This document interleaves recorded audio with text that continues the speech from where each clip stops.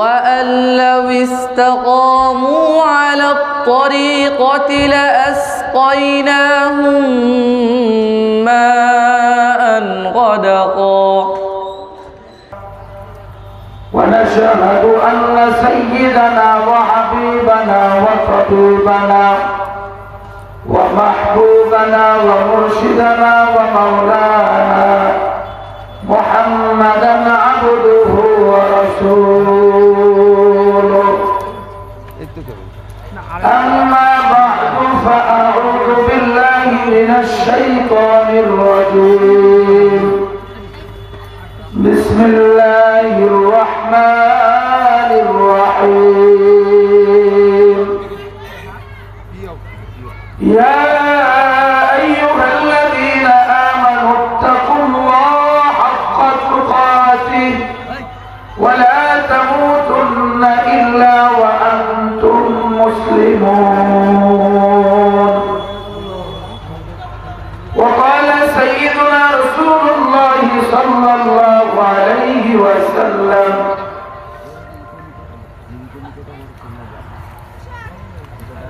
الميت في قبره كالغريق المتربص ينتظر من دعوة أخ أو صالح أو كما قال النبي عليه الصلاة والسلام. وقال الله تبارك وتعالى في شان حبيبه إن الله وملائكته يصلون على النبي يا أيها الذين آمنوا صلوا عليه وسلموا تسليما. আমরা অন্তঃস্থল থেকে নবীর মহব্বত নিয়ে দরুদ ইব্রাহিম পড়ি। আল্লাহুম্মা সাল্লি আলা মুহাম্মদ ওয়া আলা আলি মুহাম্মদ কামা সাল্লাইতা আলা ইব্রাহিম ওয়া আলা আলি ইব্রাহিম ইন্নাকা হামিদুম মাজিদ। اللهم بارك على محمد وعلى آل محمد كما باركت على إبراهيم وعلى آل إبراهيم إنك حميد مجيد.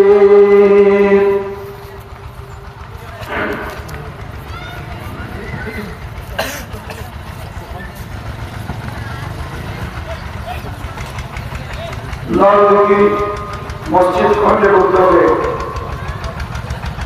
২৭তম ওয়ার্ড মাহফিলের অত্যন্ত শ্রদ্ধেভাজন সম্মানিত সভাপতি জনাব মৌলানা মোহাম্মদ ইহতেশামুল হক মাদ্রাসুল আলী, প্রধান আলোচক আন্তর্জাতিক একটি সম্পূর্ণ মুফাসসিরে কোরআন হযরত মাওলানা মুফতি ফয়জুল্লাহ রহমানী দামাত বরকাতুহুম, অতিথিবৃন্দ, দুর্গারাজের এরিয়া থেকে আগত সর্বস্তরের মুসলমান ভাইসব, পর্দার আড়ালে আমার মা ও বোনেরা, আমার যুবক ভাইরা, কচিকাঁচা বাচ্চারা, সমস্ত প্রশংসা আল্লাহ রাব্বুল আলামিনের জন্য যে আল্লাহ তাআলা অত্যন্ত মেহেরবানি করে স্মরণ করে দুনিয়ার সমস্ত ব্যস্ততা থেকে ফারেক করে আল্লাহ দেওয়া হুকুম, বিশেষ হুকুম এখানে নামাজ জামাতের সহিত আদায় করার পরে দ্বীনি মজমায় জান্নাতি আয়োজনে উলামায়ে কেরামের সহবতে কোরআন ও হাদিসের দ্বীনি বিশেষ মজলিসে আল্লাহ তাআলা আমাকে আপনাকে আসা বসা বিশেষ তৌফিক দান করলেন। সেই মহান মহিয়ার আল্লাহ তাআলার জন্য কালিমাতুশ শুকর আদায় করতে অন্তরের অন্তঃস্থল থেকে মহব্বত নিয়ে ভক্তি নিয়ে সমস্যার জোর আমাদের দিল থেকে বলুন আলহামদুলিল্লাহ। অসংখ্য অবনত দরুদ সালামের হাদিয়া প্রেরিত হযরত মুহাম্মদের প্রতি যিনি শাফিউল মুসলিমিন রাহমাতুল লিল আলামিন ইমামুল আম্বিয়া সাইয়্যিদুল আম্বিয়া নবী মুস্তাফা শাফিয়ে আযম নবী আকরাম সাল্লাল্লাহু আলাইহি জাহান খাতামুন নবিয়্যিন সিরাজাম মুনীরা বাশীরাম ওয়া নাযীরা। সবাই বলি সাল্লাল্লাহু আলাইহি ওয়াসাল্লাম।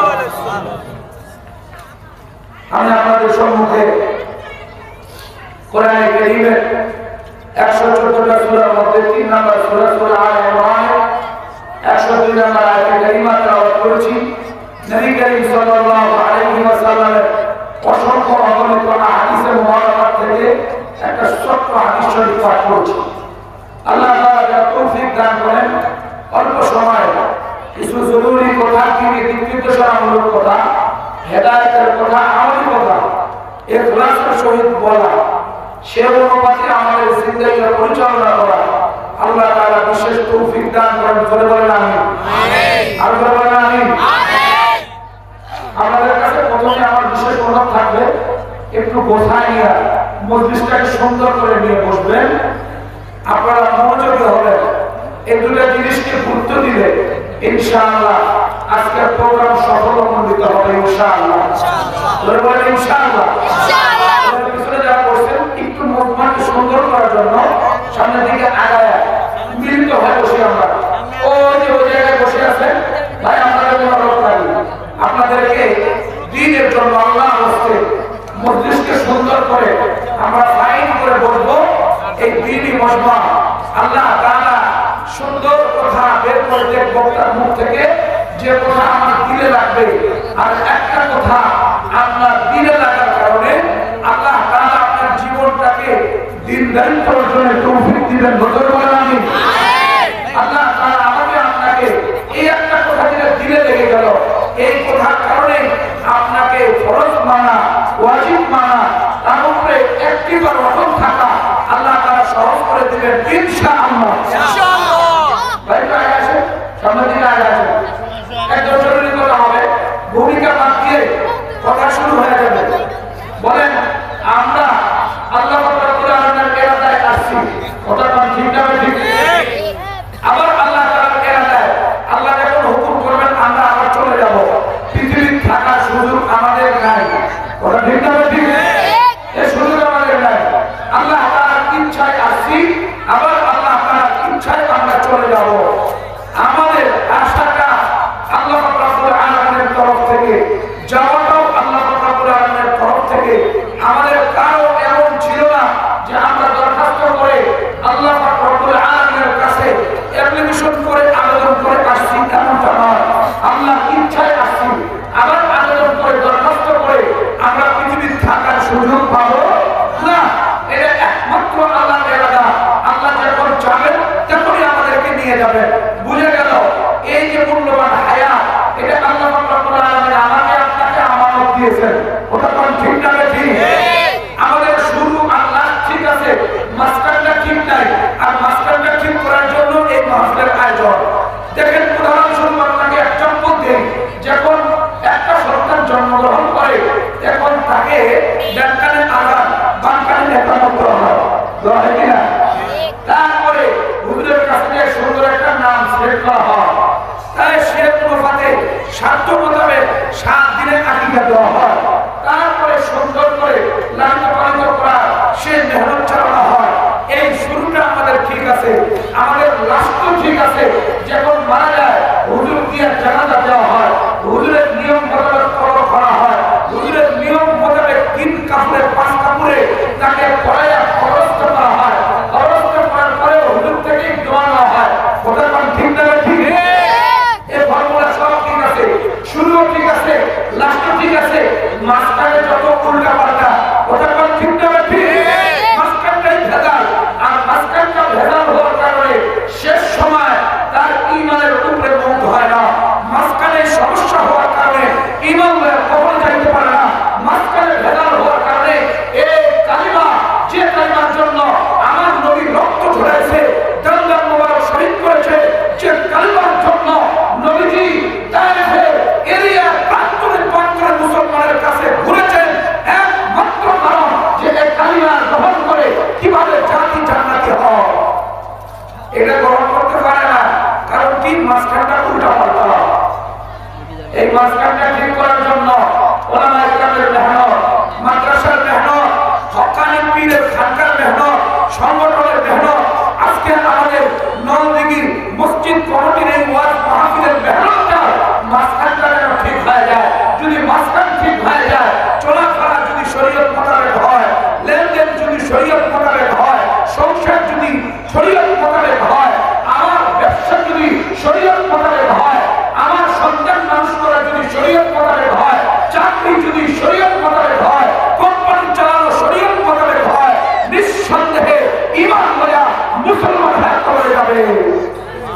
ওরা কোন ঠিক না নাকি? এই মাঝখানটা ঠিক করতে হবে। মাঝখানটা যদি ঠিক না থাকে তাহলে বড় মুশকিল। তাহলে এই ব্যক্তি কালিমা নসিব হবে কিনা সন্দেহ আছে। নবী করিম সাল্লাল্লাহু আলাইহি ওয়াসাল্লাম একটা লম্বা হাদিস বলেছেন। এই হাদিসের তর্জমা শুনলে আমাদের এই কোরআন ভালো করে বুঝে আসবে।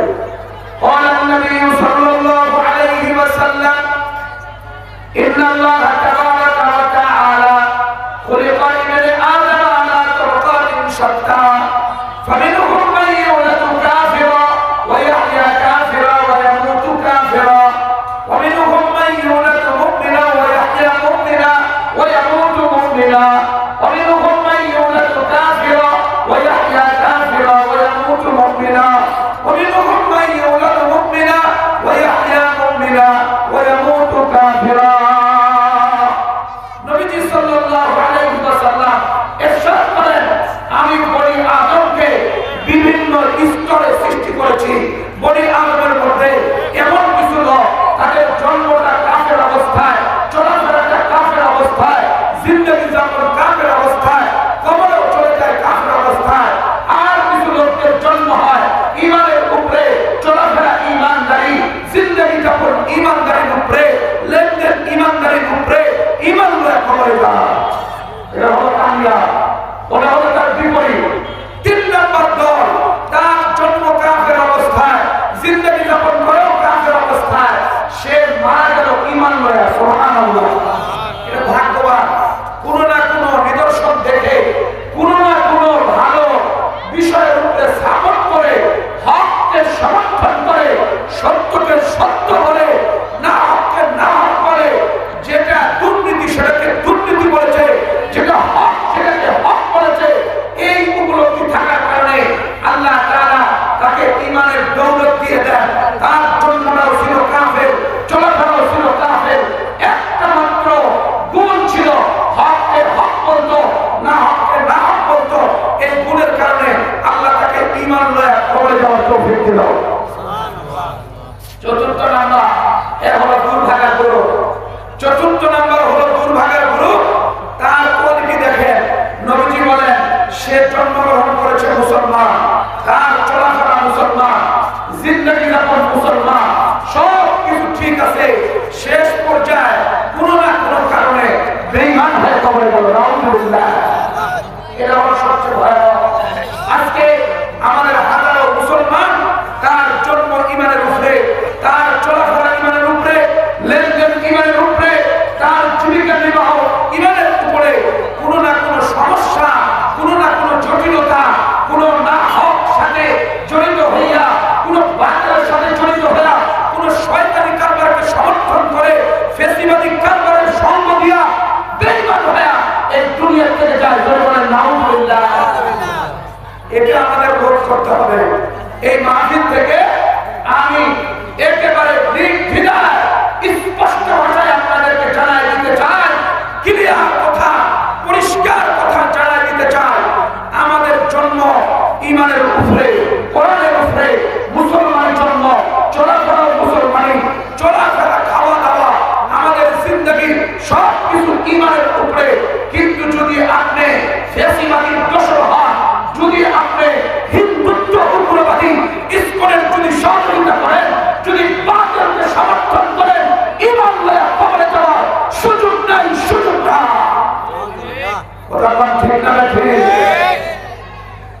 যদি আপনার চলাফেরা হয় ওই সন্ত্রাসী দলের সাথে, আপনার চলাফেরা যদি হয় যারা আলেমের বিরোধিতা করে তাদের সাথে, আপনার চলাফেরা হয় ওই সমস্ত লোকদের সাথে যারা নিরীহ আলেমকে জেলে ভরে ঢুকে ঢুকে মারছে, ওই সমস্ত লোকদের সাথে আপনার যদি চলাফেরা হয়, আলেম বিদ্বেষীদের সাথে আপনার যদি চলাফেরা হয়, আপনি ঈমান লয়ে কবরে যাইতে পারবেন না।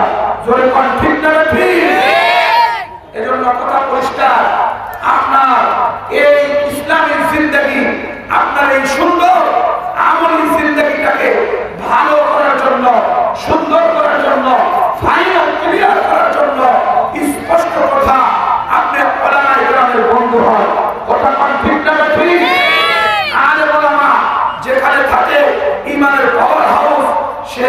মাদ্রাসার সাথে আপনাকে সম্পর্ক করায় দেন, তাহলে আপনার জন্য দিনের উপরে চলা, অটল অবিচল থাকা এটা বহুত সহজ হবে।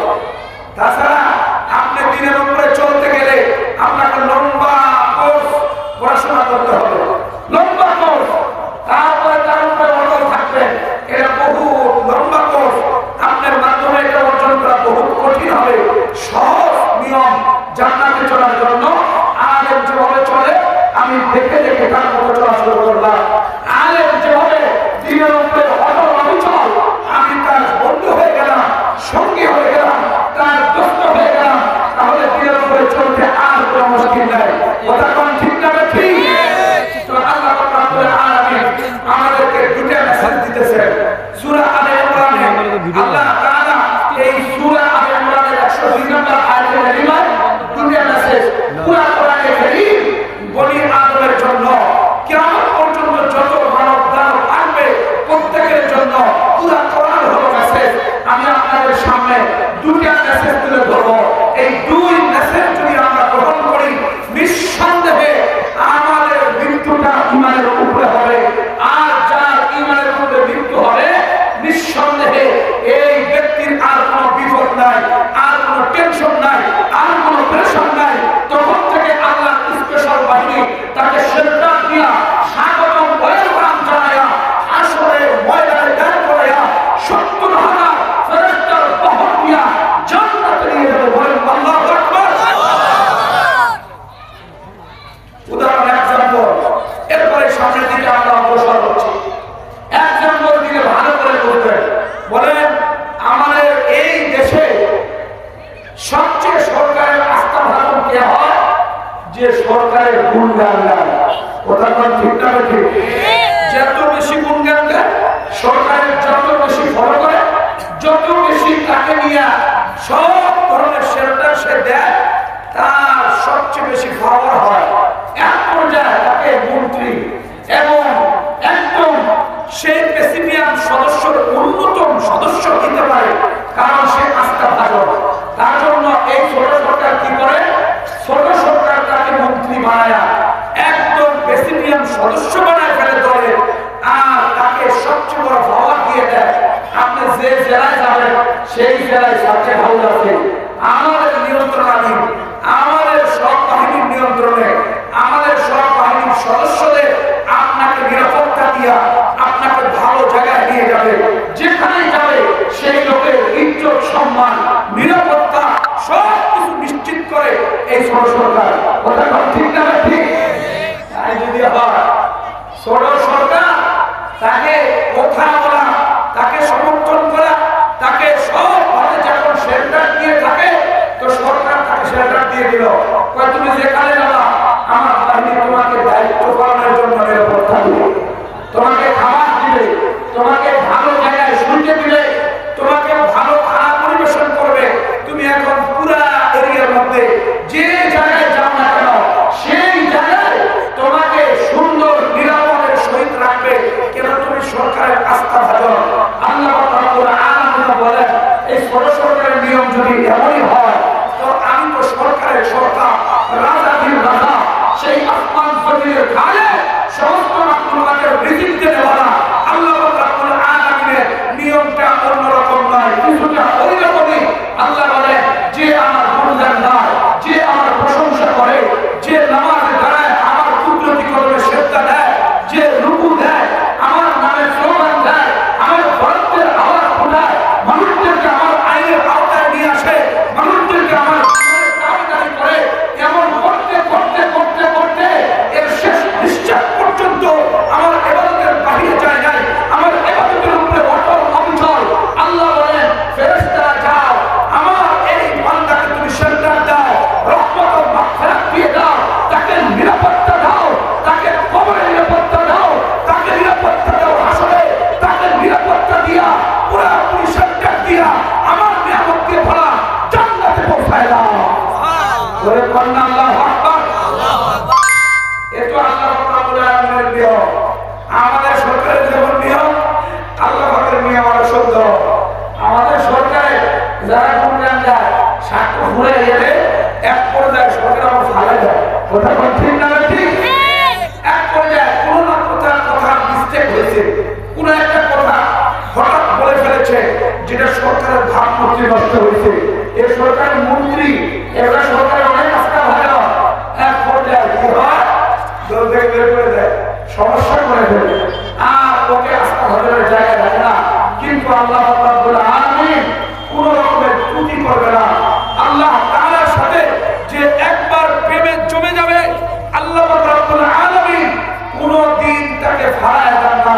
তার মর্যাদা বাড়াইতে থাকেন, বাড়াইতে থাকেন, বাড়াইতে থাকেন, এমনকি আল্লাহ রাব্বুল আলামিন তাকে সম্মানের সবচেয়ে উঁচা জায়গায় পৌঁছায় দেন। জোরে বলেন আল্লাহু আকবার। আল্লাহ রাব্বুল আলামিনের নিয়ম চূড়ান্ত, ওই সুন্দর কোয়ালিটিতে পৃথিবীর কেউ বুঝতে পারবে না। তো আল্লাহ রাব্বুল আলামিন আমাদেরকে দুটো মেসেজ দিয়েছে, বলেন কয়টা? এই আয়াতের মধ্যে দুটো মেসেজ। আল্লাহ রাব্বুল আলামিন বলেন, ইয়া আইয়ুহাল্লাযীনা আমানু তাকুল্লাহ হাক্কা তুকাতিহি ওয়া লা তামুতুন্না ইল্লা ওয়া আনতুম মুসলিমুন। আল্লাহু আকবার। আল্লাহ ইমানদারদেরকে ডাক দিয়ে বলেন, ও ইমানদারগণ, ও বিশ্বাসীগণ, আমার আস্থা ভাজন, আমার উপরে যারা ঈমান নিয়ে আসছো তাদেরকে ডাক দিয়ে আল্লাহ বলেন, আমাকে ভয় করার মতো ভয় করো।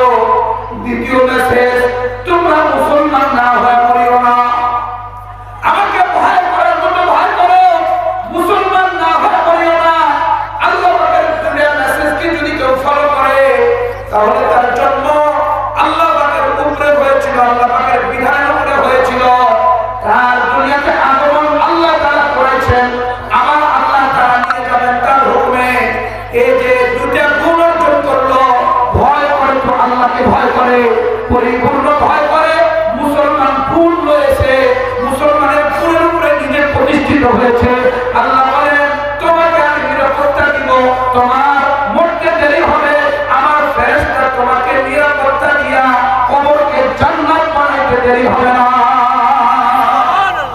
শুধু তাই নয় বন্ধু, দিনের কানে শুনবেন, আল্লাহ তার কবরে নিরাপত্তা দিয়া তার কবরটাকে জান্নাতের বাগান বানায়া আল্লাহ রাব্বুল আলামিন বলবেন, ঘুমাও, নাম কানাওয়াতিল আরুস, যেমন করে নববর্ণত ঘুমায় এমন করে ঘুমাও। যেমন সিংহায় ফুঁক দিবে, মাটি ঝাড়তে যাবে, হাড়ের ময়দানে উঠাবে। আল্লাহ বলেন, তোমার এটা জায়গা নয়, আসরের সেই আরশের ছায়ার নিচে জান্নাতের বিশেষ চেয়ার আছে, ওই চেয়ারে বসো, তোমাকে স্বাগতম জানায়া জান্নাতে পৌঁছায় দেওয়া হবে। আল্লাহ তাআলা এই অফার দিবেন দুটো মেসেজ যারা গ্রহণ করবে। কয়টা মেসেজ ধরে বলেন? দুটো মেসেজ। এক নম্বর মেসেজ, যে তুমি আল্লাহকে ভয় করার মতো ভয় করো। দ্বিতীয় মেসেজ, তুমি মুসলমান না হওয়া মরিও না। আমাদের এই বিষয় খুব ভালো করে মাথায় রাখতে হবে যে আল্লাহকে ভয় করার মতো ভয় করতে হবে। উদাহরণ দিলে ভালো করে বুঝবেন, আল্লাহকে ভয় করার মতো ভয় করা, আল্লাহ কিভাবে ভয় করার যোগ্য। আসুন আমরা উদাহরণ দিই, ভালো করে আমাদের বুঝে আসবে। এক্সাম্পল আর উদাহরণের মাধ্যমে আল্লাহ রাব্বুল আলামিনের এই কথা আমাদের কাছে সুন্দর হবে, ক্লিয়ার। দেখেন, আমরা দুনিয়ায় অনেক কিছু দেখে ভয় পাই। যার যেরকম ক্ষমতা আমরা সেই রকম তাকে ভয় পাই, যার ক্ষমতা বেশি তাকে বেশি ভয় পাই। কথা বল ঠিক না? যাকে বেশি ভয় পাই বুঝতে হবে তার ক্ষমতা আছে। আসেন, আমরা দুই ধরনের জিনিস দেখে ভয় পাই। এক রকমের লোকদেরকে দেখে আমরা ভয় পাই, আর কিছু প্রাণীদেরকে আমরা দেখে ভয় পাই। যারা হিংস্র প্রাণী, আমার ক্ষতি করতে পারে, আমার কোনো রকমের সমস্যা করতে পারে, হামলা করতে পারে আমার উপরে, এই প্রাণীগুলো দেখেও আমরা ভয় পাই। কথা বল ঠিক না? যে প্রাণীর যেমন পাওয়ার বলা, তাকে আমরা তেমনই ভয় পাই। বিড়াল দেখে আমরা ভয় পাই। কেন? বিড়াল সে আপনাকে হাসুক দিতে পারে, আপনার শরীরে ক্ষত করতে পারে। এই বিড়াল এতটুকু ক্ষমতা রাখে, এই জন্য বিড়ালকে আমরা একটু ভয় পাই। বিড়াল থেকে আমি একটু বেশি ভয় পাই কুকুরকে। কেন? কুকুর কামড় দিলে জলাতঙ্ক রোগ হয়ে যেতে পারে, আমাকে ভ্যাকসিন নেওয়া লাগতে পারে। কুকুরকে আমরা আর একটু বেশি ভয় পাই, আর একটু পাওয়ার বেশি।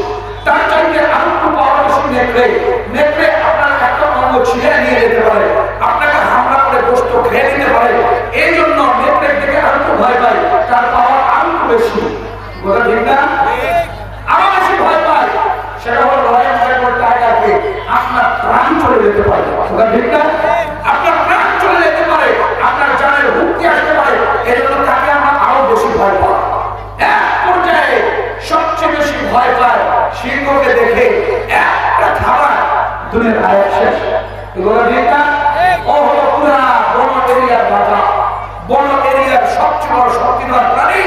এজন্য তাকে দেখে সবচেয়ে বেশি ভয় পায় মানুষ, অন্যান্য প্রাণীরাও ভয় পায়, কেন তার ক্ষমতা বেশি, এ ভয়টা তার বেশি। আসল মানুষের মধ্যেও কিছু লোক আছে তাদেরকে দেখে আমরা ভয় পাই। কেন এই ভয়টা কেন আসতেছে? তার পাওয়ারের কারণে।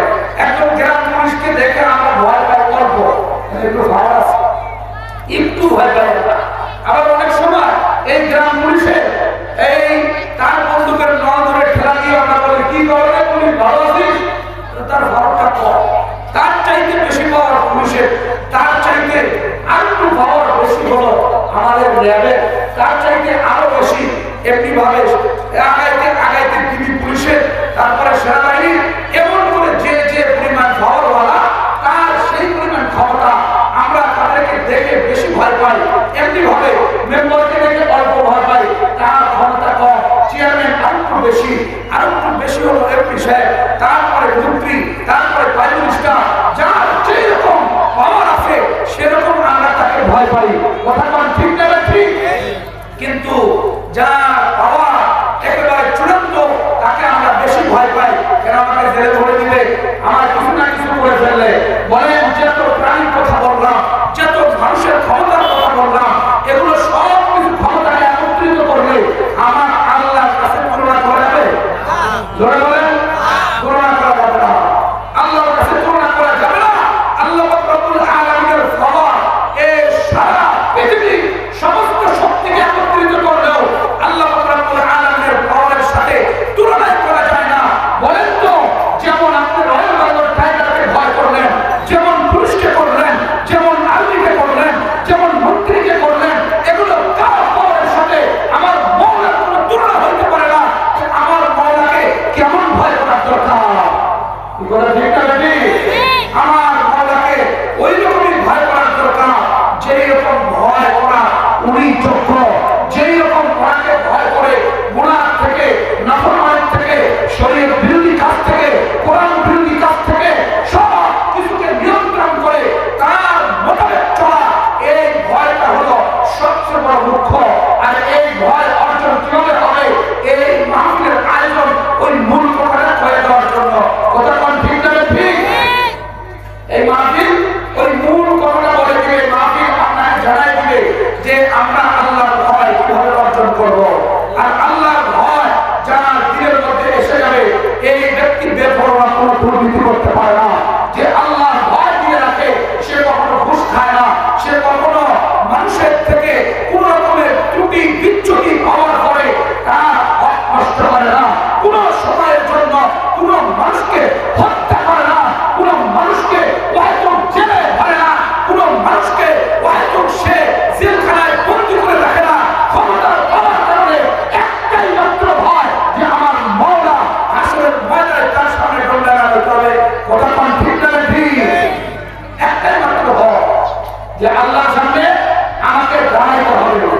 এজন্য সে কোন সময়ের জন্য দুর্নীতি, নাফরমানি, মানুষকে কোনোভাবে ত্রুটি করা, তাকে হেনস্থা করা, তাকে খাটো করে দেখা, এগুলো কোন সময় সে করে না। তার হিসাব কিতাব ভিন্ন। একটা উদাহরণ দিলে আমাদের বিশেষভাবে এই কথাগুলো ভালো করে বুঝে আসবে। হযরত ওমর ইবনে খাত্তাব নাম শুনছেন? জোরে বলেন, নাম শুনছেন?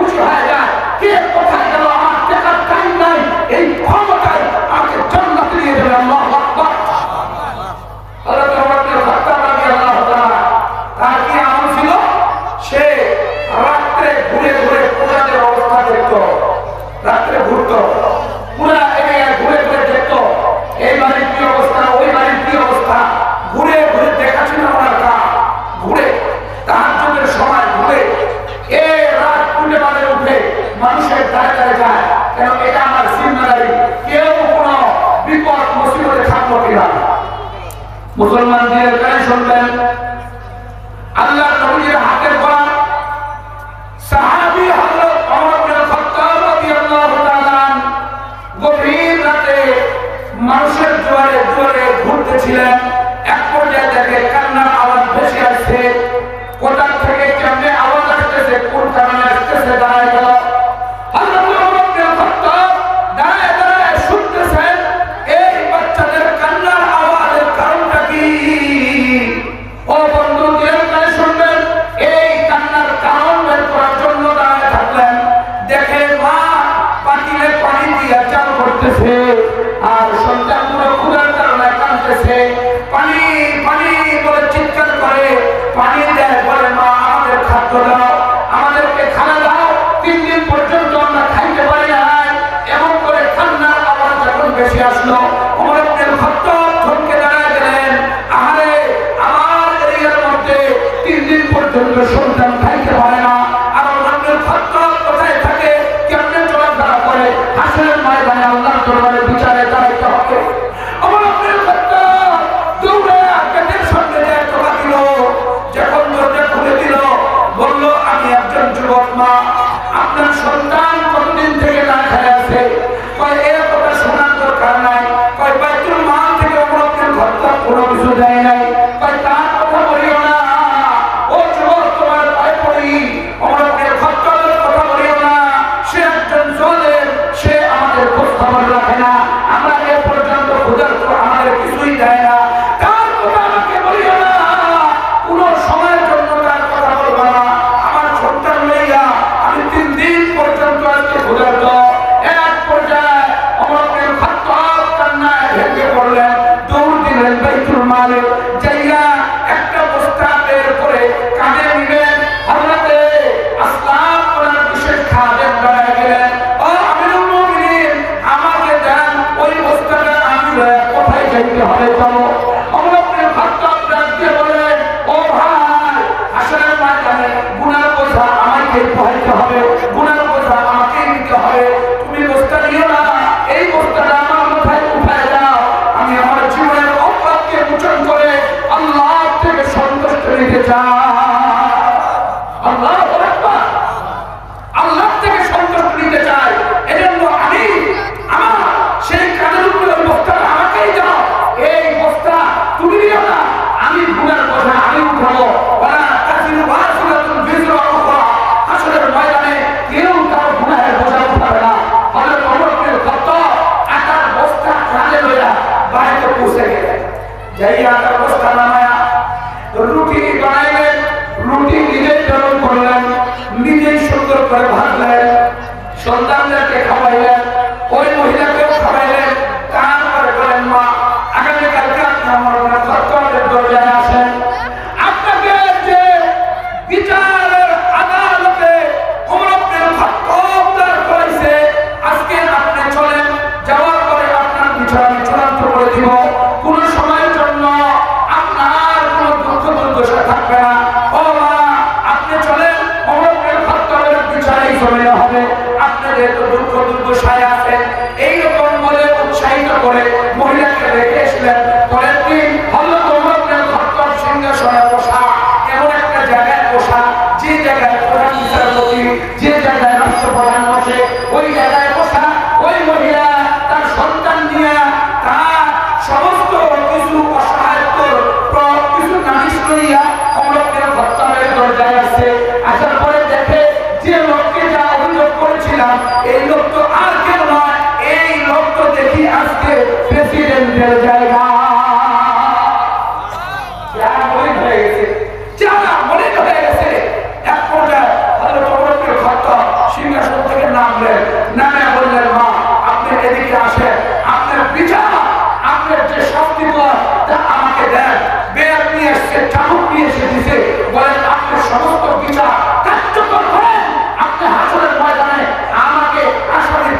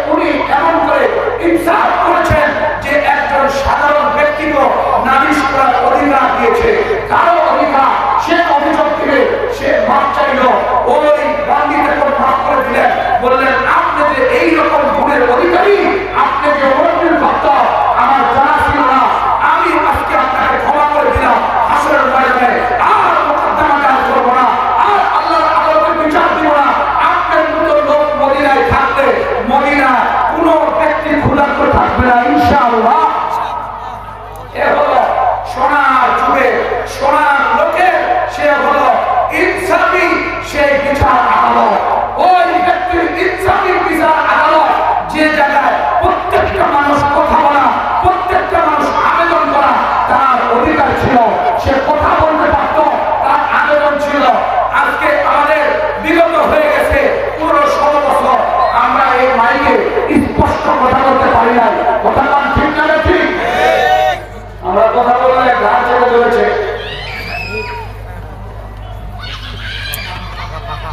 ঘাড় চেপে ধরেছে আমাদের। আমরা যদি কথা বলেছি আমাদের বলা বন্ধ করে দিয়েছে। কথা বল ঠিক না ঠিক? এজন্য আমরা স্পষ্ট কথা বলবো। সে স্বৈরাচার বিদায় হয়েছে, স্বৈরাচারের বাচ্চা কাচ্চা কিন্তু বিদায় হয় না। কথা বল ঠিক না ঠিক? স্বৈরাচারের দোষরা কিন্তু যায় নাই, ঘাপটি মেরে ঢুকে আছে। কখনো প্রকাশ হচ্ছে আনসারের বাহিনী সেই পিঠের উপরে ছোড়া ধরে, আবার কখনো বের হচ্ছে তাবলীগের দুইটা গ্রুপ করে সাতপন্থীদের ঘাড়ের উপরে ভর করে।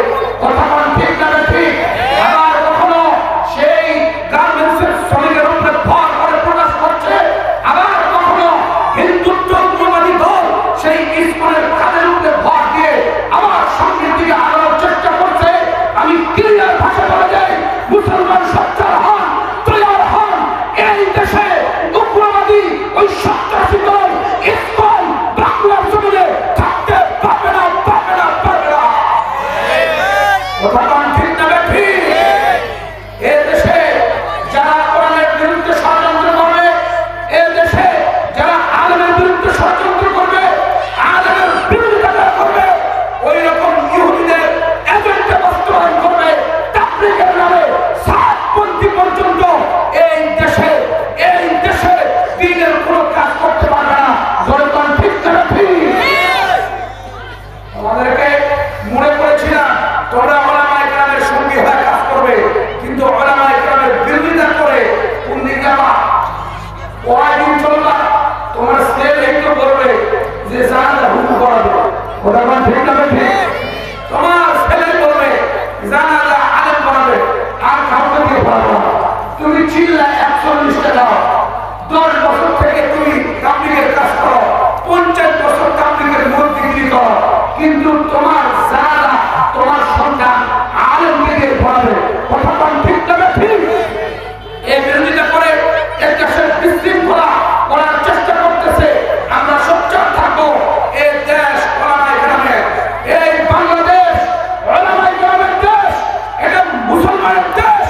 এখানে যারা ষড়যন্ত্র করে এই দেশকে বিশৃঙ্খলা করে সন্ত্রাসী হিসেবে বিশ্বের কাছে চিহ্নিত করতে চায়, তাদেরকে আমরা এই দেশে ঠাঁই দিব না। কথা বলেন ঠিক না ঠিক? এই দেশে আমরা তাদেরকে ঠাঁই দিব না।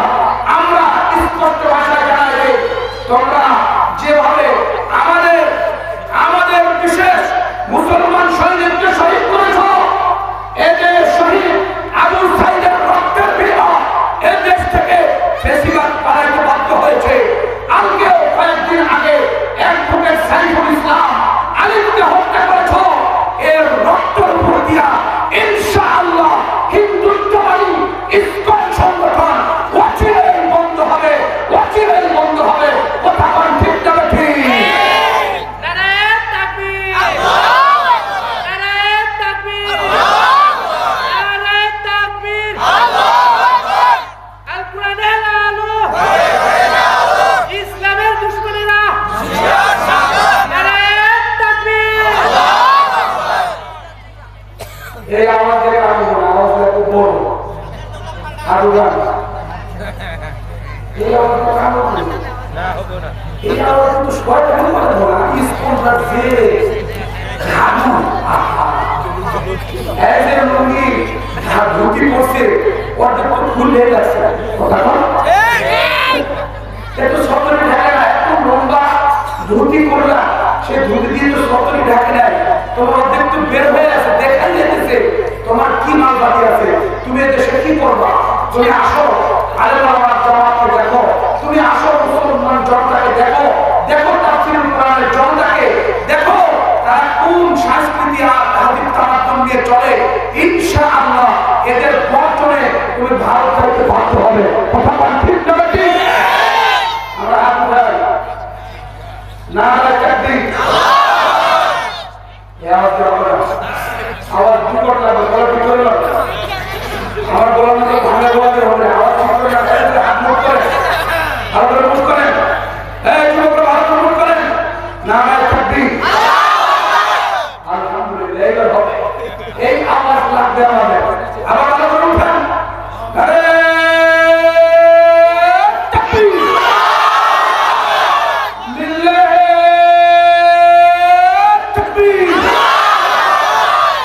আলহামদুলিল্লাহ, আসুন আল্লাহ রব্বুল আলামিন দুটো মেসেজ। এক নম্বর মেসেজ, আমাকে ভয় করার মতো ভয় করো, আর মুসলমান না হয় মরিও না। মুসলমান না হয় মরিও না, ওটা দুটাই বার করো। আল্লাহ পাকের সম্মান ইমানদারদেরকে, আমরা সবাই ইমানদার কিনা? আল্লাহ পাকের সম্মান ইমানদারদেরকে, ও ইমানদারগণ, তোমরা তোমাকে উদ্বুদ্ধ করতে হবে আল্লাহকে ভয় করা। আর আল্লাহকে যে ভয় করে চলবে সে আর কাউকেই ভয় করবে না। আল্লাহর ভয় যার দিলে আসবে সে রাম বাম ইহুদি খ্রিস্টান হিন্দু সনাতন কাউকেই পরোয়া করবে না। সে একমাত্র আল্লাহকে ভয় করবে। আল্লাহর ভয় যার দিলের মধ্যে থাকবে, এই সৈনিক বেশি লাগবে না, এই সৈনিক লাগবে কম, মাত্র 304 জন। পুরা মক্কা মদিনা কাফেরকে প্রশ্ন করে ইসলামকে বিজয় করতে মাত্র লোক লাগে 313 জন। আজকেও সেই বদরের ডাক আজকেও এসেছে, মুসলমানের জাগরণের ডাক। তুমি তৈরি হও, তোমার একজন অ্যাডভোকেট মুসলমান সৈনিক রক্ত দিয়েছে। এ দেশে কোন উগ্রবাদী হিন্দুত্ববাদী ঠাঁই পাবে না, পাবে না। তৈরি হও, রেডি হও, ইমান লয়ে যাবো। যেন আমরা কোন হিন্দুর শান্তি নষ্ট করতে চাই না। তুমি এদেশে থাকবা, সুন্দরভাবে থাকবা, কিন্তু আমাদের দেশের ইতিহাস আমি যা যাচাই করে দেখেছি, এই হিন্দুত্ববাদী যে ইসকন উগ্রবাদী সংগঠন, এই সংগঠনের কাজ এ পর্যন্ত কি করেছে তারা? যেখানে মুসলমান শান্তিতে ঘুমায় ওখানে জায়গায় বিশৃঙ্খলা করছে।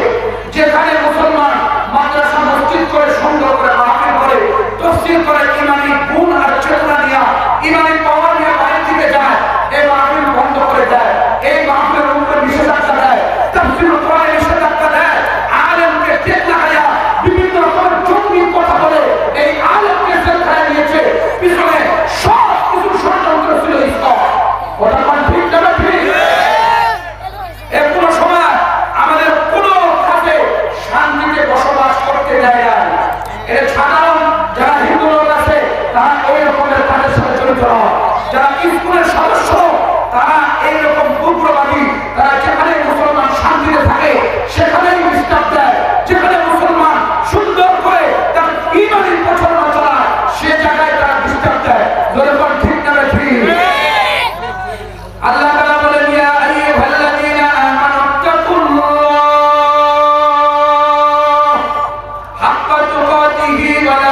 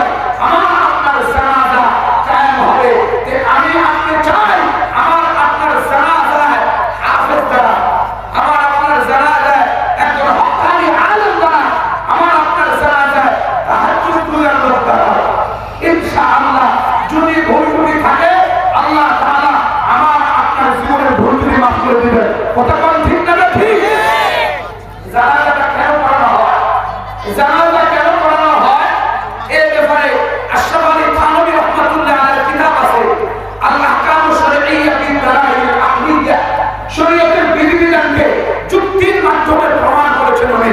আমরা জানি নামাজ পড়া এটা যুক্তি দিয়ে প্রমাণ করেছে, যাকাত কেন দিতে হয় যুক্তি দিয়ে প্রমাণ করেছে, তো মানুষের জানাজা কেন দিতে হয় উনি একটা যুক্তি আর উদাহরণ দিয়ে বুঝাইছেন। সুন্দর মজার কথা, আনন্দের কথা, খুশির কথা দেখেন, এটাকে আমি সুন্দর করে এক্সাম্পল দিয়ে আপনাকে বুঝাই, তাহলে ভালো করে বুঝবেন জানাজাটা কত প্রয়োজন আর কেন শরীয়তে এটাকে বাধ্যত্ব করে দিল। এটার কারণে একজন বান্দা জান্নাতে যাইতে পারে। আল্লাহু আকবার। বলেন তো আপনার সন্তান একটা দুষ্টামি করছে, এই সন্তানকে শাসন করার জন্য আপনি বাম হাত দিয়ে তার হাতটা ধরছেন আর আপনার ডান হাতে ব্যাগ, ওকে এখন ফিরাবে কেন তুই দুষ্টামি করল, এজন্য তাকে ধরছেন। ইতিমধ্যে রাস্তা দিয়া মনে করেন আমাদের সুনাম ধন্য ব্যক্তি, আমাদের এলাকার নেতা এই দিক দিয়ে যাচ্ছে, বলেন আপনি মার দিবেন সন্তানকে বন্ধ করে দিবেন, বন্ধ করে দিলেন। সম্মানিত ব্যক্তি আসতেছে আপনার আমার ছেলেকে শাসন করার সময় আর মানিস না আর মারবে না, ঠিক এইরকমই ব্যাপার। আপনার জানাজায় একজন হাফেজে কোরআন দাঁড়ায় গেছে, যে কোরআন পড়তে জানে, যে বাংলায় ভালো পারে না, শুধু কোরআনই পড়ে, সে রাত্রে উঠেও কোরআন পড়ে, সকালেও পড়ে, বিকালেও পড়ে, প্রত্যেকটা মুহূর্তে কোরআনে কারিমের তেলাওয়াতের অভ্যস্ত। এই ব্যক্তি দাঁড়ায় বলে আল্লাহ এই লোক আমাদের ভালোবাসছিল, এই লোক আমাদের মাদ্রাসায় দান করছে, আমাদের মাদ্রাসায় সবকিছু খেয়াল রাখছে, এই লোক কোরআনের গ্রামের সঙ্গী, আল্লাহ তাকে আপনি মাফ করে দেন। এই আবেদনটুকু করবে মুহূর্তেই আল্লাহ মাফ করে দেবেন ইনশাআল্লাহ। কি বলা ঠিক না ঠিক? এটাই বাস্তবতা। কিন্তু আজকে আমাদের জানাজা আমাদের এই সমস্ত লোক আমরা হাজির করতে পারি না কেন? আমাদের সম্পর্ক এদের সাথে না। ওটা কোন ঠিক না ঠিক? এর সাথে আমাদের সম্পর্ক না। আরো ভালো করে আপনাকে বুঝাই, কথাটা ক্লিয়ার বুঝবেন জানাজাটা কেন করা হয়। আমি উদাহরণ দিয়ে বলি, একজন দাদার দুষ্ট একটা নাতি ছিল, এই দুষ্ট নাতি এর টাকা পাইলে মনে করেন হোটেলে যাইয়া খাই ফেলবে সব। একদিন বর্ষার সময় টিপ করে বৃষ্টি হচ্ছে, অল্প করে ঠান্ডাও চলতেছে, শরীরে জ্বর এসে গেছে, এবার দেখো আমি আর বাজারে যাইতে পারবো না, কিন্তু প্রয়োজনে সমস্ত জিনিসপাতি তো আমার লাগবে, সংসারের সব কিছু ফুটে গেছে, কি করা যায়? বড় একটা মিষ্টি দিছে, মাছ, গোস্ত, ফল ফুলাদি, সবজি সব কিছুই লাগবে। তো ওই সন্তানকে ডাকছে, মা এই যে টাকা 1000 টাকার বড় একটা লিস্ট দিলাম, যাও বাজারে, বাহাদুর বাজারে যাইয়া তুমি কিছু কিনে নিয়ে আসো, কিন্তু তুমি এই টাকা মাছ টাকা খরচ করিও না। পাগলের কইছে নৌকা ডুবেছ না, পাগলের তো হতে খেয়াল আছে। কি কথা ঠিক না ঠিক? পাগলের কেমন খেয়াল আছে, নৌকা ডুবেছ না আর খেয়াল আছে, এই কিছু করে না, মুখে হাসি দিয়া তাড়াতাড়ি করে রওনা করছে। যাইয়া মনে করেন একদম হোটেলে বসে গেছে, একদম বসে বসে পড়াটা গোস্তটা ভালো করে খাইছে, তারপরে বলছে দই দাও, মিষ্টি দাও, এরপরে নাস্তা দিয়ে আমার সেজনা পড়েছে, সব খাইয়া বিল আসছে 600। 600 টাকা বিল আসছে 1000 টাকা। এখানে মাছ কিনতে হবে, মুরগি কিনতে হবে, সবজি কিনতে হবে, আর কি করা যায়? সে বুদ্ধি আনলো, মাছ গোস্ত করলো। এবার নাপা শাকের 2 আটি, লাল শাকের 2 আটি, পালং শাকের 2 আটি, শাক দিয়ে ভর্তি করে এবার বাড়ি থেকে রওনা করছে। কথা কথা ঠিক না ঠিক? পরের দিকে গেছে, দেরি করে গেছে, বিলম্ব করে গেছে, আগায় না, দরজায় যায় ঢোকা দিছে, আগে লাগছে ডাকলো যে ম্যানেজ করতে হবে, কেন আমার মাত্র গরম আছে, না করে দিল, তারপর টাকা খাইয়া শেষ করে দিলাম, বাজার সদায় ভালো করে নিয়ে আসলাম না, কি যে পরিস্থিতি হবে, এজন্য দাদু ভাইকে ম্যানেজ করছে। দাদু ভাইয়ের কাছে গেছে, যাই জানার ঢোকা দিচ্ছে, দাদু ভাই বের হন। দাদু ভাই বের হয়েছে, বলে আজকেও কি উল্টাপাল্টা করছো? কয় করছি তো। ও দাদু ভাই কিছুই করি নাই, খাইছি আর কিছুই করি নাই, অপচয় করানোর জায়গায় করি নাই, একটু ভালো করে বহুত দিন পর খাইলাম, গরুর গোস্ত দিয়ে পরোটা, আবার মিষ্টি খাইলাম, দই খাইলাম, এই যে সামান্য কিছু শাকগুলো দিয়ে পেট ভর্তি করে বাড়িতে আসছি। ও দাদু ভাই আজকে আমার পাপের সামনে মাত্র হবে, আপনি রক্ষা না করলে উপায় নাই। এক পর্যায়ে বাড়ির ভিতরে ঢুকছে, বাপ এখন পুরা 100 দিয়ে রান্না একদম ছুটে এসেছে, তাকে ধরে একটা দিছে ঝাঁকড়া, থাপ্পড় দিয়ে লাগাই দিছে, আরো মারার জন্য তৈরি হয়েছে। দাদু বের হয়ে এসে তার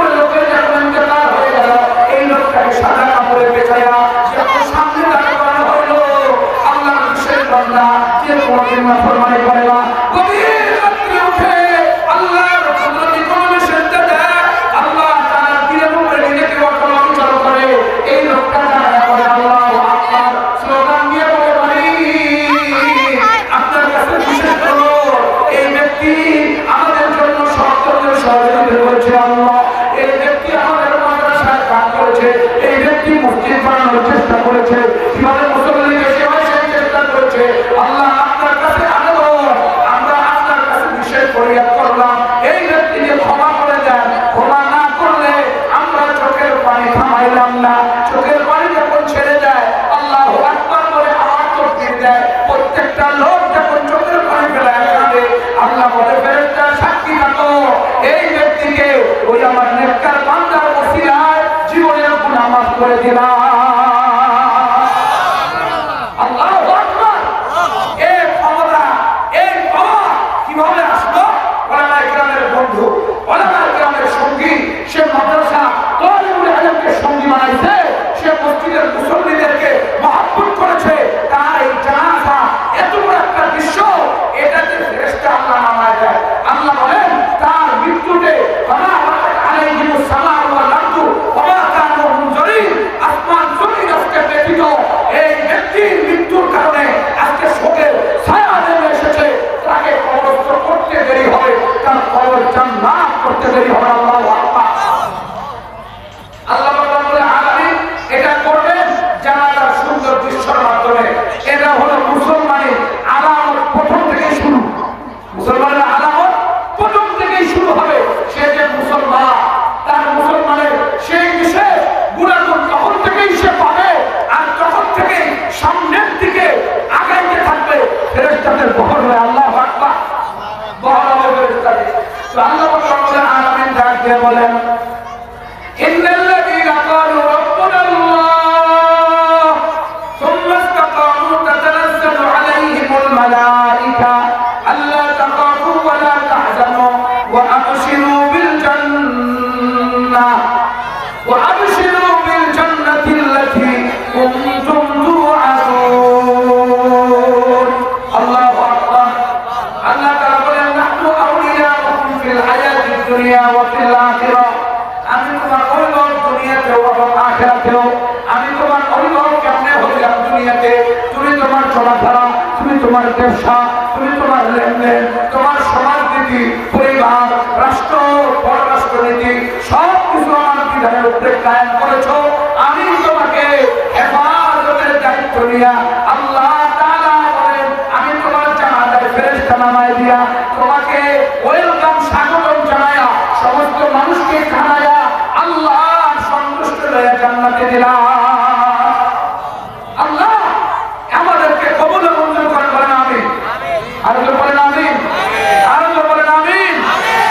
আল্লাহ তাআলা আমাদেরকে যেন বিশেষ করে, খাস করে এই ওলামায়ে কেরামের জানাজা, ওলামায়ে কেরামের দোয়া, হাফেজে কোরআনের দোয়া, বিশেষ করে খাস করে আমাদেরকে যেন ওই তাহাজ্জুদের ব্যক্তিদের জানাজার দোয়া নিয়া কবরে যাওয়ার তৌফিক দান করেন, বলেন আমিন। আর বলেন আমিন। কিন্তু যারা আলেমদেরকে নিয়ে বিসর্জন করে, যারা মাদ্রাসাকে নিয়ে ক্রিটিসাইজ করে, নবীর সুন্নাতকে নিয়ে তিরস্কার করে, এদের এই নসিব হয় না। তাদের মারা গেলে ইন্না লিল্লাহি পড়ার লোক থাকে না। কথা কোন ঠিক যাবে? ঠিক। এমন কত লোক মারা গেছে না, ইন্না লিল্লাহি কেউ পড়ে না, বলে আলহামদুলিল্লাহ গেছে, ঠিক আছে। এরকম 15 বছরে এরকম শয়তান, শিগাল, শ্রবণ, এইরকম লম্পট দুর্নীতিবাদ বহু ছিল, যারা মারা গেলে বাংলার জমিনে ইন্না লিল্লাহি পড়ার লোক পাওয়া যাবে না। কথা কোন ঠিক যাবে? ঠিক। ইন্না লিল্লাহি পড়ার লোক পাওয়া যাবে না। কাউকে ভাড়া করে নিয়ে এসো, ইন্না লিল্লাহি পড়ানো যাবে না। কেন? তার কাজ কারবার চলাফেরা, তার কথাবার্তায় বুঝে গেছে সে হলো নব্য আবু জেহেল। কথা কোন ঠিক যাবে? ঠিক। এটাই হলো বড়টার চাওয়া আর হওয়া। এটাই ভাবে আমরা চাই, দোয়া করি আল্লাহ আমাদেরকে হেদায়েত দিন, পুনরায় যেন আবার ফেরত আসে। আর জোরে বলেন আমিন, আর জোরে বলেন আমিন। আল্লাহ রাব্বুল আলামিন বলেন, ওয়ালা তামুতুন্না ইল্লা ওয়া আনতুম মুসলিমুন। আল্লাহু আকবার। আল্লাহ তাআলা মেসেজ দেন যে তোমরা মুসলমান না হয়ে মরিও না। যদি মুসলমান না হয়ে মরো তাহলে কবরে আযাব, হাসরে তোমাকে জাহান্নাম, তোমার ফয়সালা হবে শাস্তির জায়গা।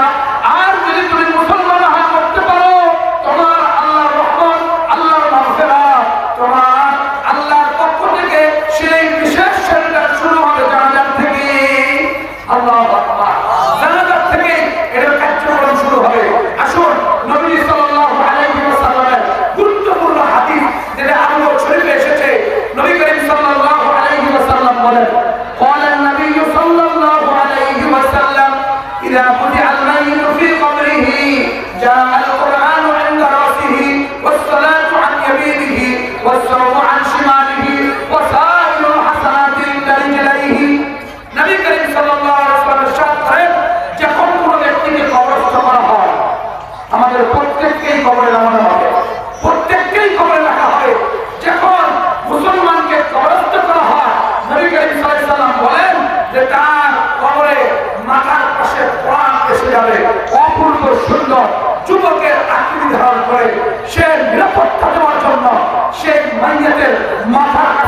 হয়ে যাবে।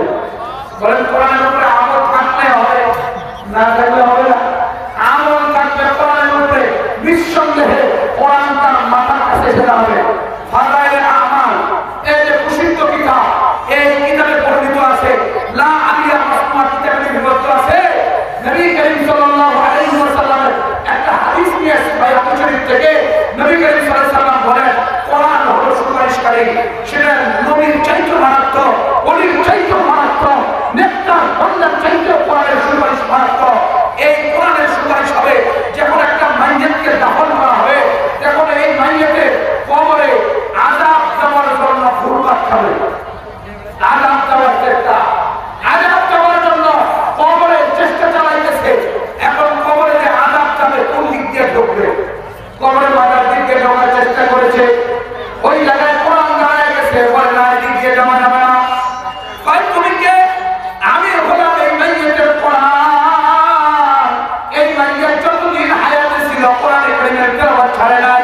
ফজরের আগে পড়েছে, ফজরের পরে পড়েছে, ঘুমানোর সময় পড়েছে, ঘুম থেকে উঠে পড়েছে। এই কোরআনের জিন্দেগি যাপন করেছে, এই কোরআনের উপরে তার আমল ছিল।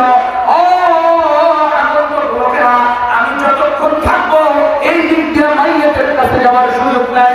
আযাব যখন ঘুরতে ঘুরতে ডান দিকে চলে যায়, মাইয়াতের কবরে ঢোকার জন্য ওই দিকে দাঁড়ায় যায় নফল নামাজ। নামাজ দাঁড়ায় বলে কখনো সম্ভব নয়, আমরা হলো এই মাইয়াতের নামাজ যতক্ষণ পর্যন্ত জান্নাতে না যাবে এই দিক দিয়ে ঢোকার খায় যায়, নিরুপায় হয়ে যায়। আযাব যখন বাম দিক দিয়ে ঢোকার চেষ্টা করে, ওই দিকে থাকে হলো নফল রোজা। রোজা দাঁড়ায় বলে এই দিক দিয়ে ঢোকার খায় যায়। আমরা এই মাইয়াতের রোজা সেই চৈত মাসের গরমের সময় 18 ঘন্টা রোজা রেখে আমাকে সে সুন্দর করেছে, ফাইন করেছে, এই দিক দিয়ে ঢোকার খায় যায়। এক পর্যায়ে কি করবে? আযাব আর ঢুকতে পারে না, পায়ের দিকে চলে যায়। নবীজি বলেন ওয়াসাইউল হাসানাত ইনদা রিজলাইহি, তার পায়ের কাছে তার দান খায়রাত, তার পায়ের কাছে সুন্দর আচরণ, তার পায়ের কাছে মসজিদ নির্মাণ করার কাজ, তার পায়ের কাছে মাদ্রাসা সহযোগিতা করার কাজ, দিন দিন কোরআন জিহাদের চেতনা, মানুষকে ইবাদতের দিকে আহ্বান করার সংগঠন, এমন করে প্রত্যেকটা কাজের সাথে জড়িত ছিল। এই আমলটা পায়ের কাছে দাঁড়ায় করবে, আর সম্ভব নয় আমরা থাকতে এই মাইয়াতকে আযাব দিতে দিব না। এক পর্যায়ে আল্লাহ রাব্বুল আলামিন তার কবরটাকে জান্নাত বানায় দেয়। আল্লাহু আকবার! এই কবরটাকে জান্নাত বানায় দেয়। নবী করিম সাল্লাল্লাহু আলাইহি ওয়াসাল্লাম এটাই হাদিসে বলেছেন, ইন্নামাল কবরু রাউযাতুম মিন রিয়াজিল জান্নাহ আও সুফরাতুম মিন হুফারিন নার। কবরটা তোমার জন্য জাহান্নামে গর্ত থেকে একটা গর্ত হবে, আর না হয় জান্নাতের বাগান থেকে একটা বাগান হবে। আল্লাহ আমাদের কবর জান্নাতের বাগান বানান করে বানাবে। চিল্লায় বলেন আমিন। আরো জোরে, আরো জোরে। আল্লাহ তাআলা আমাদের কবরকে প্রশস্ত, যত দূর পর্যন্ত নজরে যায় তত দূর পর্যন্ত আমাদের কবরকে আল্লাহ প্রশস্ত বানায় দেন। জোরে বলেন আমিন। আরো জোরে বলেন আমিন। নবী করিম সাল্লাল্লাহু আলাইহি ওয়াসাল্লাম কবরের ব্যাপারে একটা হাদিস বলেছেন। কবরে একজন মাইয়াতকে যখন রাখা হয়, সে মাইয়াত একদম পানির মধ্যে যেমন সাদা যে জানে না হাবুডু উঠায়, এই লোকের মতো। নবীজি বলেন আল মাইয়াতু ফিল কবরি কাল গরীকিল মুতাকাব্বিস। যে মাইয়াত কবরে রাখা হলো সে হলো কেমন? ওই যে পুকুরে সাঁতার জানে না, যে ব্যক্তি নেমে গেল আর হাবুডু খাচ্ছে, হাত তো শুধু এমন করে দেখায়, কি আছো আমাকে বাঁচাও, এমন করে শুধু হাত দেখায় আর পানির মধ্যে ডুবতে থাকে। এক পর্যায়ে মানুষ দৌড়ে গিয়ে তাকে উদ্ধার করে। কথা কোন ঠিক না ঠিক? আল্লাহ নবী সাল্লাল্লাহু আলাইহি ওয়াসাল্লাম বলেন, যাকে কবরস্থ করা হলো সেই বান্দাটা ঠিক এইরকম, ইয়ান্তাজিলু দাওয়াতান মিন আখিন আও ওয়ালাদিন আও সাদীকিন, এমনি ভাবে অপেক্ষা করে আমার সন্তান দোয়া করবে, অপেক্ষা করে আমার বন্ধু বান্ধব দোয়া করবে, অপেক্ষা করে আমার ছেলে সন্তানরা দোয়া করবে। এই ব্যক্তি হাবুডুবু খাইতে থাকে কবরের মধ্যে, আর অপেক্ষা করে আমার সন্তান কিছু পাঠাবে, আমার মেয়ে কিছু পাঠাবে, কিন্তু তার তো পাঠানোর যোগ্য করে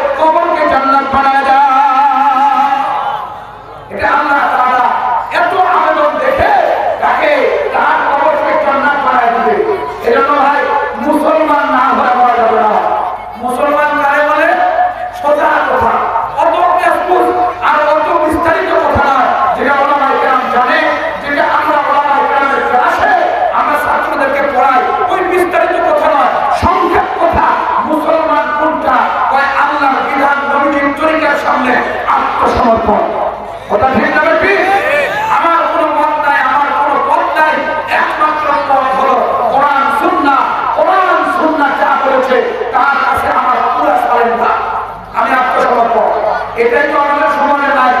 আমরা নিজে নিজে যুক্তি দাঁড় করাই, নিজে নিজে যুক্তি দাঁড় করাই, হ্যাঁ, নিজে নিজে বলে আমার জমি 1 লাখ টাকা দিয়ে বন্ধক থইছিল, কিন্তু মুক্তি সাহেব পছন্দ না হবে, কেন দিন না দেয় হবে, কি বলে ঠিক না ঠিক? করতে পারবে ও কেন দিন না দেয় হবে? টাকা তো মই নিয়েছো 1 লাখ, কিন্তু ওরা তো জমি দিয়ে থইছিল, খাবে না? খাবেই তো। 6 বছর পর আরো 1 লাখ টাকা এতদিন যে খাইলো সেটা বিনিময় কি? এতদিন তো চললো সেটার বিনিময় কি? ওই লোকটা আমার থেকে 5 লাখ টাকা নিয়ে গেছে, আমি বলছি যে 6 মাস পর ফেরত দিতে লাগবে আমাকে, আমাকে তুমি 6 লাখ, তুমি 1 লাখ টাকা লাভ দিছো, সমস্যা কি বলে ঠিক না ঠিক?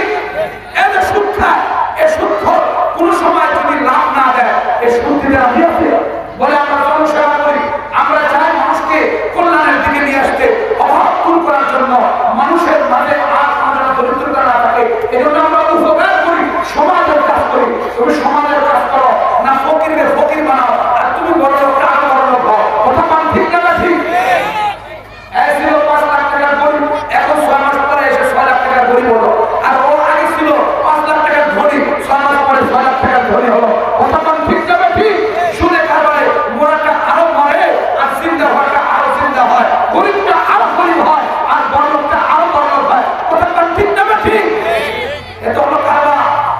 এজন্য ফতোয়াবাজি করবেন না, ওলামায়ে কেরামের কাছে আত্মসমর্পণ করেন। ওলামায়ে কেরামের কাছে আত্মসমর্পণ মানে কোরআন হাদিসের কাছে। ওলামায়ে হক্কানি আপনাকে কোরআন হাদিসের বাইরে চলতে দিবে না। আপনি বাস আতাআনা ওয়া সামি'না, যা শুনলাম তাই মেনে নিলাম, বাস। আপনি যখন কোরআনের উপরে চললেন, আপনি প্রকৃত মুসলমান। আর যদি মুসলমান না হইতে পারেন, তাহলে কবরে আযাব আছে। ওটা কোন ঠিক না ঠিক? কবরে শাস্তির ব্যবস্থা আছে। যদি মুসলমান হয়ে যাইতে পারেন, তাহলে আপনার কবর জান্নাত। আল্লাহ কবুল করেন, বলেন আমিন। কবরের আযাব মাঝে মাঝে তো আল্লাহ দেখায় দেয়, বিভিন্ন জায়গায় আল্লাহ দেখায় দেয়। এটা মানুষ যেন সতর্ক হয়, মানুষ যেন নিজেকে নিজে ইবাদতের উপরে অটল রাখে। মাঝে মাঝে দেখায় দেয়, বিভিন্ন জায়গায় ঘটে। এটা এমন সত্য, কোরআন হাদিস যেমন সত্য এমন। অনেক সময় আমরা বলি ঘটনাতে বললেন এটা কোরআন হাদিসে আছে, কোরআন হাদিসের সব কথা মহাসত্য। কোরআন হাদিসের বাইরেও কিছু সময় কিছু ঘটনা ঘটে, সেটাও সত্য। কথা কোন ঠিক না ঠিক? আমাদের দেশ সেই তো 71 সালে স্বাধীন হয়েছে, কথা সত্য না মিথ্যা? জোরে বলেন, সত্য না মিথ্যা? কোরআন হাদিসে আছে আমাদের দেশ স্বাধীন হয়, এই কোরআন হাদিসে আছে, কিন্তু ঘটনা সত্য কিনা? ঘটনা সত্য। এইরকম ঘটনা বিভিন্ন সময় ঘটে। মৌলানা তারেক জামিল পাকিস্তানের একজন বিশিষ্ট ইসলামের দায়ী, তাবলীগের সবচেয়ে বড় দায়ী, ওনার কিতাব লেখা আছে মরনে কে বাদ কিয়া হোগা, বাংলা তর্জমা হয়েছে মরণের পরে কি হবে। আবার অনেক জায়গায় বাংলা তর্জমা হয়েছে চোখে দেখা কবরের আযাব। ওই কিতাব থেকে আপনাকে একটা ঘটনা বলে আমি আজকে আমাদের ইতি টানবো, দিলের কানে শুনবেন, ইখলাসের নিয়তে শুনবেন।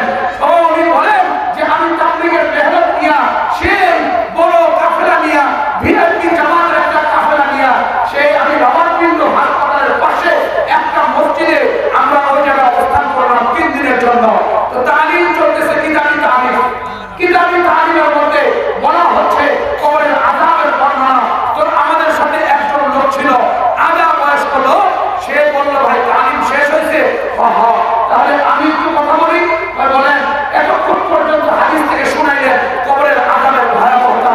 আমি নিজে চোখে দেখেছি কবরের আযাব, সেই আযাবের অংশ আমি এখনো আমার জীবনে শরীরের মধ্যে ভোগ করতেছি। আমার কথাটা বাস্তব আপনাদের সামনে শোনাই দেন, এটা আপনি ভালো করে শুনে রাখেন। কবরের আযাব কত ভয়ঙ্কর হইতে পারে। ওই ব্যক্তি বললেন, আমি একজন আর্মি পার্সন, আমি একজন পাকিস্তানের সেনাবাহিনী আর্মি পার্সন। আমি যখন ডিউটিরত অবস্থায় ছিলাম, অস্ত্রের পাহারাদারি করতেছিলাম, রাত্রে আমার ডিউটি 10টা থেকে নিয়ে সেই ফজর হওয়া পর্যন্ত আমার ডিউটি। আমি তো 26 বছরের যুবক, আমার কাঁধে রাইফেল, আমার কম্পনা, সেই শরীরে সুন্দর আকর্ষণ, আর শরীরে সেই বিশেষ জজ্বা পরিপূর্ণ আমার ভিতরে। তো আমি যে অস্ত্রের পাহারা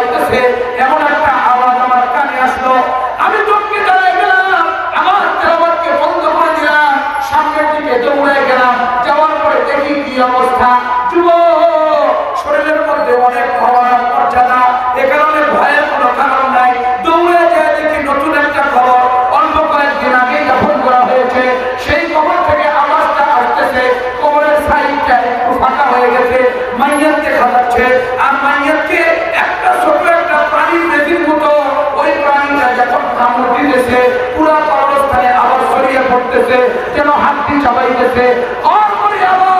আমি যখন 10 হাত দূরে থেকে দেখতেছিলাম, আমি যুবক অবস্থায় সহ্য করতে পারলাম না। ও ভাই, দিলের কানে শুনবে, এত কবরের আযাব, ভয়ানক এক আযাব। কবরের এই আযাব, ভয়ানক আযাব, এমন একটা পরিস্থিতি দিনের মধ্যে তৈরি হলো। আমি আমার রাইফেলকে তাক করলাম যে আমি একটা ঘুড়ি মারলে তো প্রাণীটা মারা যাবে, এই প্রাণীটা নিশ্চিত হয়ে যাবে, আর মাইয়েরটা কষ্ট থেকেও বেঁচে যাবে। এজন্য আমি রাইফেল তাক করলাম। আর আসমানের দিকে তাকায় মালিককে বললাম, ও মালিক, এই কবরে আর কত লোকের যে শাস্তি হয় জানি না। ও মালিক, আমাদেরকে কবরের আযাব থেকে বাঁচায় দাও। এমন করে দোয়া করলাম, ফরিয়াদ করলাম, আরো অনেকক্ষণ পর্যন্ত আল্লাহর কাছে মোনাজাত করলাম।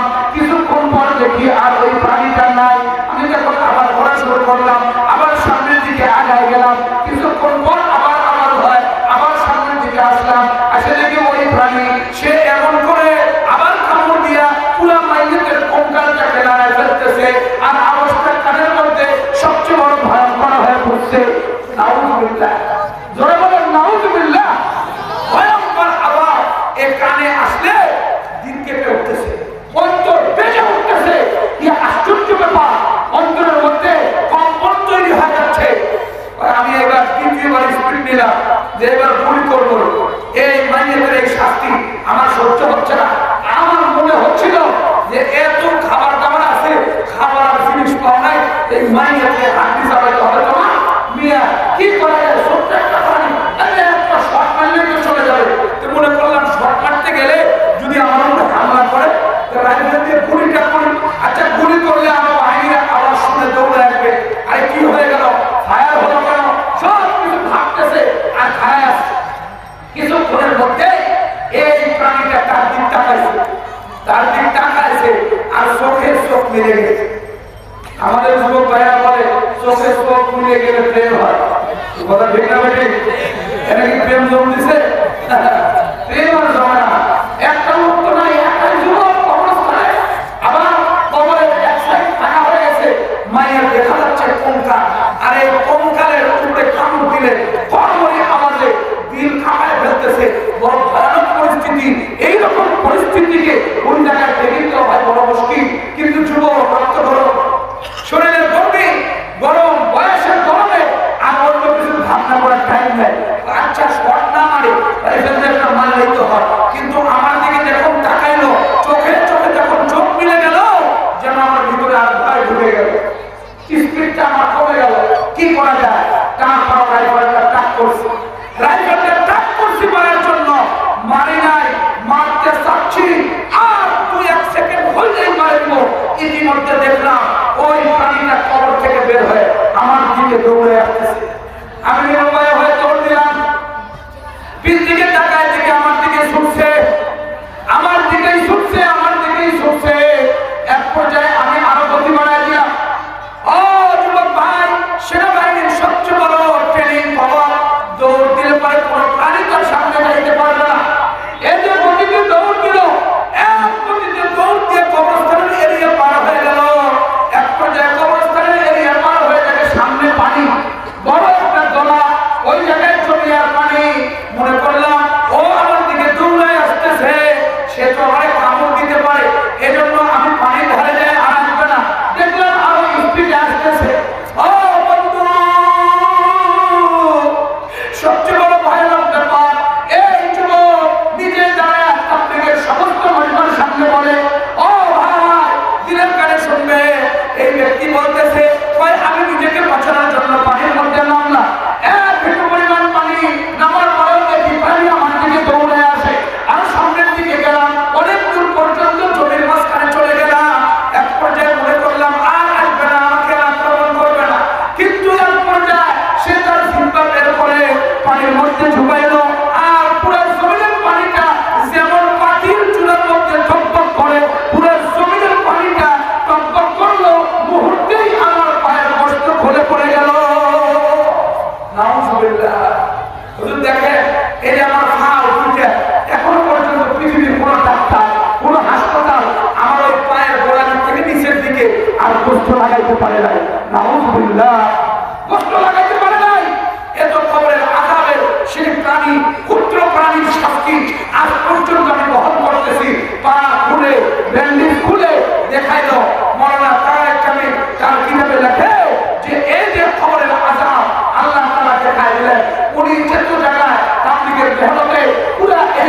বেশিরভাগ রাষ্ট্র ভ্রমণ করেছে, মানুষের গায়ে লাগিয়েছেন আর বলেছেন ভাই কবরের আযাব ভয়ঙ্কর, যদি আল্লাহ না বাঁচায় কেউ বাঁচানোর নাই।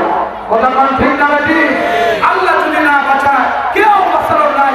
আর আল্লাহ রাব্বুল আলামিন যদি বাঁচায় দেন, নিঃসন্দেহে আল্লাহ তাআলা আমার আপনার জন্য সেই কবরটাকে